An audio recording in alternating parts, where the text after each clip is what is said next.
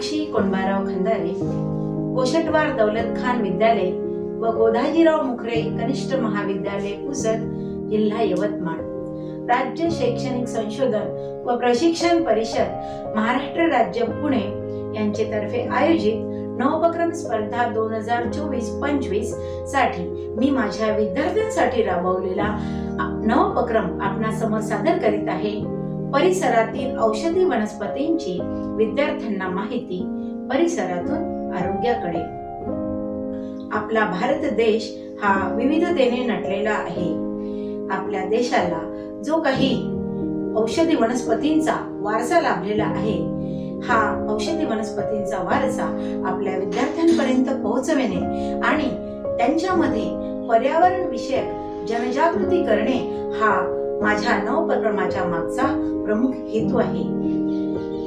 आपले विद्यार्थी जे नुकतेच किशोरावस्थेमध्ये पदार्पण केलेले विद्यार्थी आहेत, यांच्यामध्ये शारीरिक विकासासोबतच भावनिक विकास देखील होत असतो आणि मग या वयातच आपण जर विद्यार्थ्यांमध्ये पर्यावरण विषयक जनजागृती करणे आणि त्यासोबतच आपल्या सभोवती आढळून येणाऱ्या वनस्पती ज्या आपल्यासाठी अतिशय उपयुक्त आहेत, याविषयी विद्यार्थ्यांमध्ये जाणीव जागृती करून देणे हा माझ्या उपक्रमामागचा मुख्य हेतू होता. परिसरातील वनस्पतींची माहिती गोळा करत असताना आपल्या असे लक्षात येते की आपल्या सभोवती ज्या काही वनस्पती आढळून येतात, यापैकी अनेक वनस्पती ह्या औषधी गुणधर्मांनी युक्त आहेत.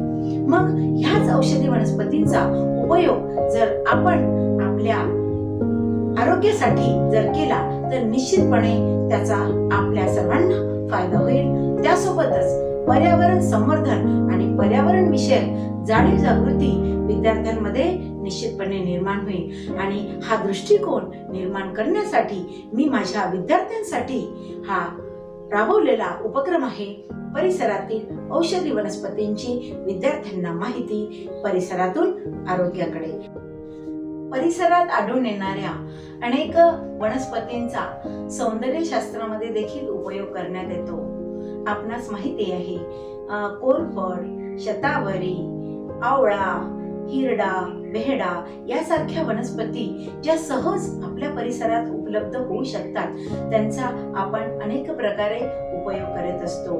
त्यासोबतच नुकतेच आपण सर्वजण कोविड-19 या आजारातून, यासारख्या महामारीतून आपण बाहेर आलेलो आहोत आणि आपण जाणता की या आजारातून, या महामारीतून बाहेर पडताना सुद्धा आपल्याच परिसरात आढळून येणाऱ्या अनेक वनस्पती जसे की गुळवेल, त्यानंतर शतावरी यासारख्या वनस्पतींचा आपण उपयोग केलेला आढळून येतो.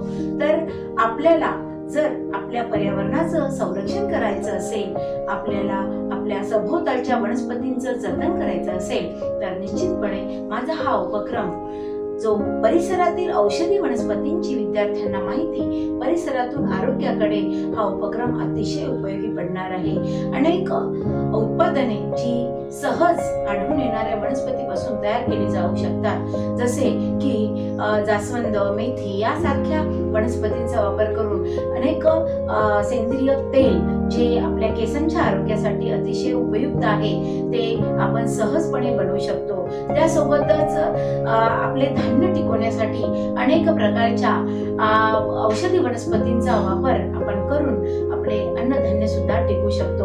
आणि जर अशी उत्पादने सहज विद्यार्थ्यांनी स्वतः जर बनवायला तयार झाले, तर शिक्षणाबरोबरच अर्थार्जन हा देखील एक महत्त्वाचा उद्देश हा माझ्या नवोपक्रमामागे होता. तर